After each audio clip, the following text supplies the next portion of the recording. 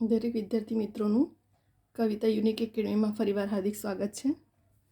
આજે આપણે ફરી એકવાર મેથ્સના એવા સમઘન અને લંબઘનના પાછલા વર્ષોના પૂછાયેલા ક્વેશ્ચનો જોવાના છે. બરાબર, કેમ કે આપણે લાસ્ટ પણ એક વિડીયો લીધો છે.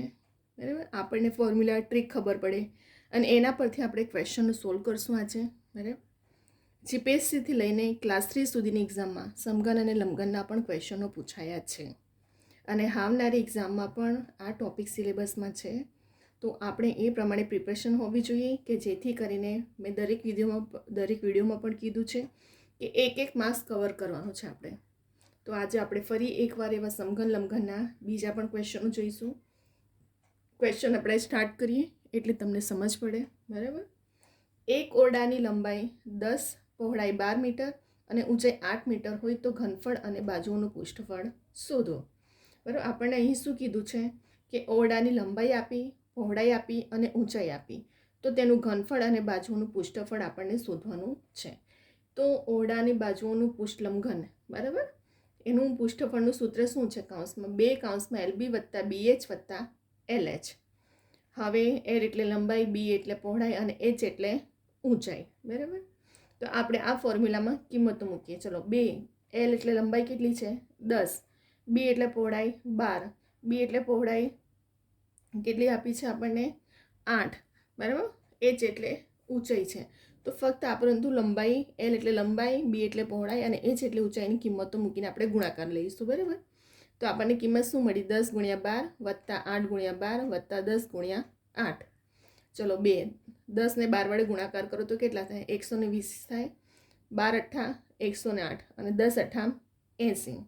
હવે 120 પ્લસ 108 પ્લસ 80 ત્રણેયનો સરવાળો કરો તો કેટલા થાય? 308 થાય. તો 308 ગુણ્યા 2 કરો એટલે 616 ચોરસ સેમી આવ્યું. હવે આપણે શોધવાનું શું કીધું છે? આ આપણું પૃષ્ઠફળ આવ્યું. આપણને શોધવાનું છે ઘનફળ. તો ઘનફળનું સૂત્ર શું છે? લંબાઈ ગુણ્યા પહોળાઈ ગુણ્યા ઊંચાઈ. L કેટલા આપ્યા છે?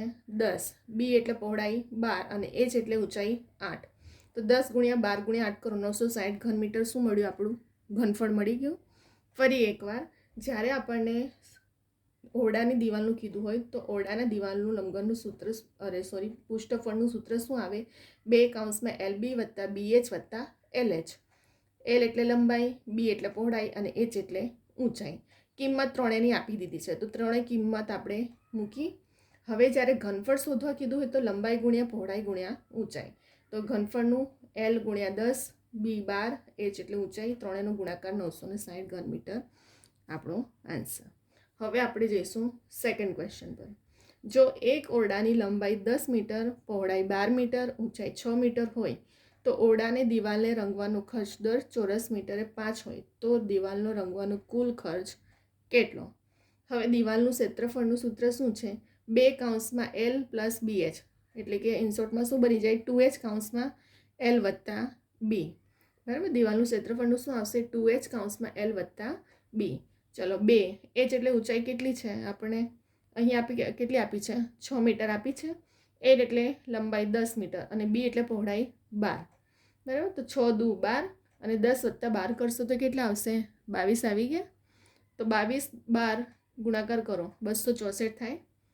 હવે જો ફરી એકવાર ધ્યાન આપજો, ઓરડાની લંબાઈનું 10 મીટર આપી, પહોળાઈ આપણી 12 મીટર આપી, ઊંચાઈ 6 મીટર આપી, ઓરડાને રંગવાનો ખર્ચ ચોરસ મીટર પર આપણે શોધવાનું કીધું અહીં.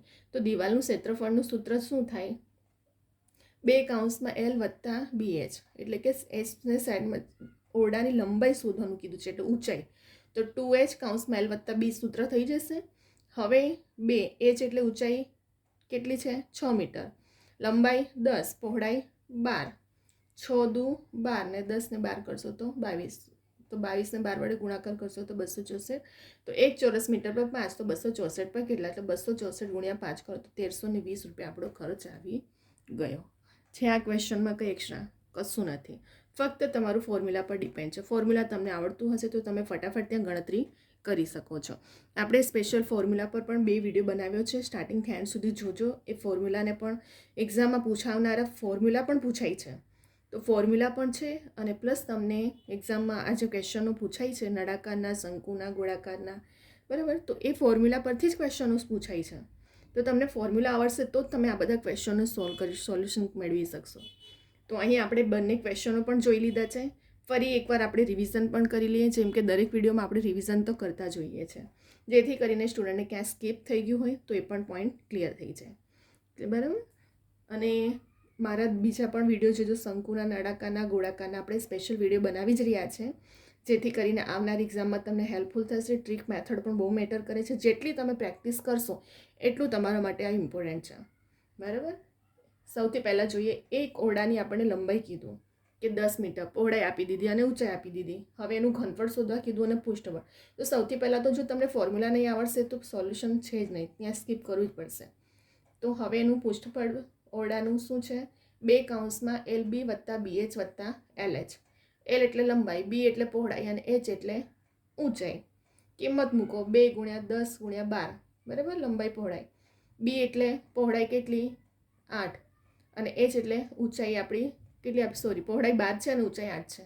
પછી LH લંબાઈ 10 છે અને ઊંચાઈ 8 મીટર. હવે ગુણાકાર કરો. 2 10 12ને કરશો તો 120, 12 × 8 108, 10 × 80.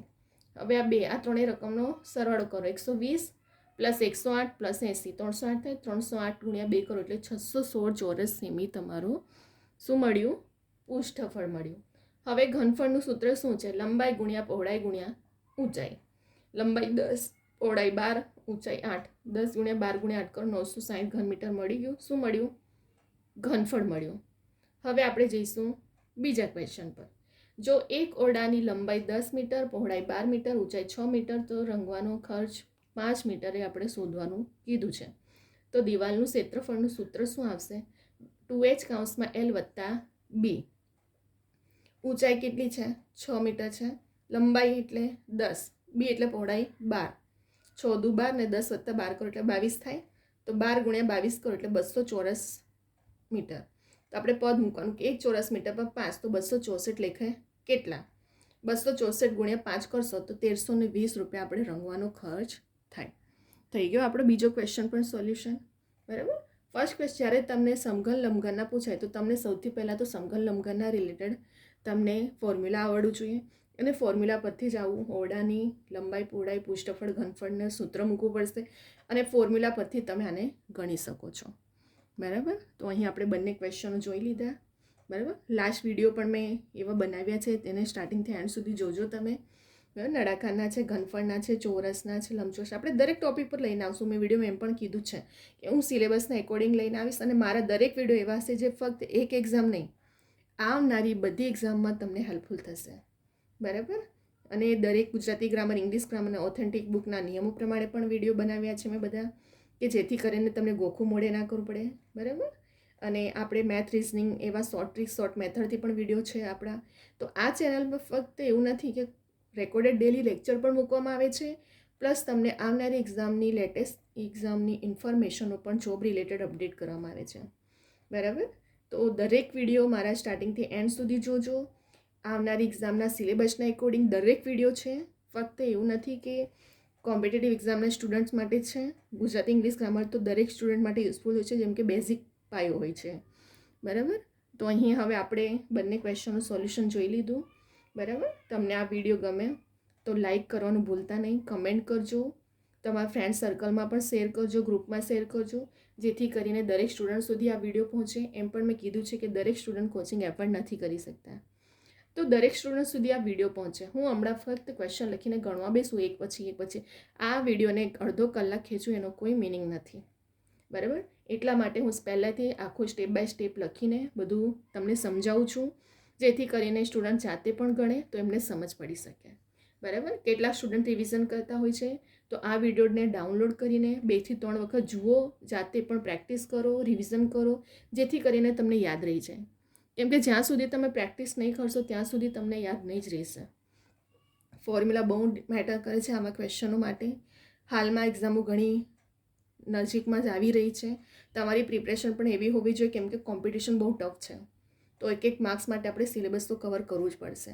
બરાબર. તો સિલેબસના એકોર્ડિંગ પ્રિપરેશનને કરો, સ્માર્ટલી કરો. 24 કલાક રીડ કરવાનો મિનિંગ નથી. જેટલું કરો એટલું કમ્પ્લીટલી કરો કે એક્ઝામના રિલેટેડ પ્રિપરેશન થઈ જાય તમારી.